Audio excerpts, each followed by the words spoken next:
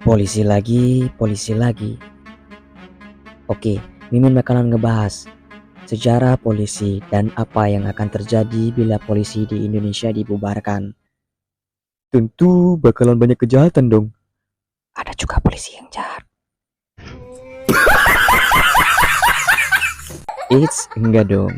Polisi di Indonesia semua baik-baik. Yang jahat itu cuma oknum ya guys. Polisi di Indonesia memiliki sejarah panjang yang dimulai sejak zaman kerajaan dan terus berkembang hingga menjadi institusi modern yang kita kenal sekarang.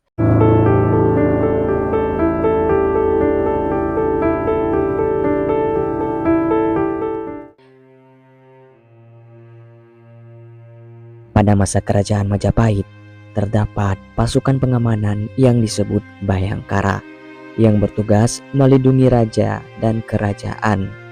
Pasukan ini merupakan cikal bakal sistem kepolisian di Indonesia. Pada masa Hindia Belanda, polisi modern pertama dibentuk antara tahun 1897 sampai 1920. Polisi pada masa ini memiliki berbagai fungsi seperti polisi kota, polisi lapangan, dan polisi pertanian. Namun, sistem kepolisian ini lebih banyak melayani kepentingan pemerintah kolonial Belanda.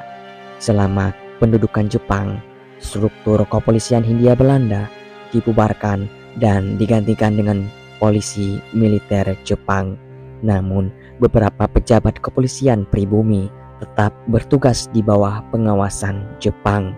Setelah proklamasi kemerdekaan pada 17 Agustus 1945, polisi Indonesia berubah menjadi Polisi Republik Indonesia atau yang biasa kita kenal dengan Polri. Pada 19 Agustus 1945 dibentuk Badan Kepolisian Negara atau BKN oleh Panitia Persiapan Kemerdekaan Indonesia PPKI, dan pada 29 September 1945 Raden Said Sukanto Djokrodiatmodjo diangkat sebagai Kepala Kepolisian Negara pertama. Pada masa Orde Lama, Polri menjadi bagian dari Angkatan Bersenjata Republik Indonesia atau ABRI.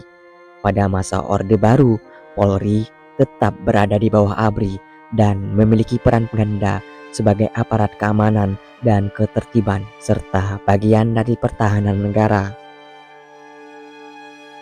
Pada tahun 1999, Polri dipisahkan dari ABRI dan menjadi lembaga independen yang bertanggung jawab langsung pada Presiden sesuai dengan TAP MPR. Nah, sejak saat itu, Polri pun fokus pada penegakan hukum, perlindungan masyarakat, dan pemeliharaan keamanan dalam negeri. Lalu, apa yang akan terjadi jika polisi dibubarkan? Membubarkan institusi kepolisian akan memiliki dampak yang signifikan terhadap keamanan dan ketertiban negara. Beberapa potensi dampaknya antara lain peningkatan kejahatan dan ketidakamanan, kehilangan penegakan hukum, kehilangan pengayom masyarakat, potensi munculnya kelompok otoriter, dan masih banyak lainnya. Jadi kesimpulan yang dapat Mimin simpulkan, sejarah kepolisian di Indonesia mencerminkan perjalanan panjang dalam menjaga keamanan dan ketertiban negara. Dari masa kerajaan hingga era modern, polisi telah berperan sebagai pengayom dan pelindung masyarakat. Membubarkan institusi kepolisian akan membawa dampak negatif yang besar terhadap stabilitas dan keamanan negara. Oleh karena itu, penting untuk terus mendukung dan memperkuat institusi kepolisian agar dapat menjalankan tugasnya dengan profesional dan efektif. Jika kalian suka dengan konten kami, jangan segan-segan untuk klik like dan subscribe. Terima kasih banyak sudah menonton.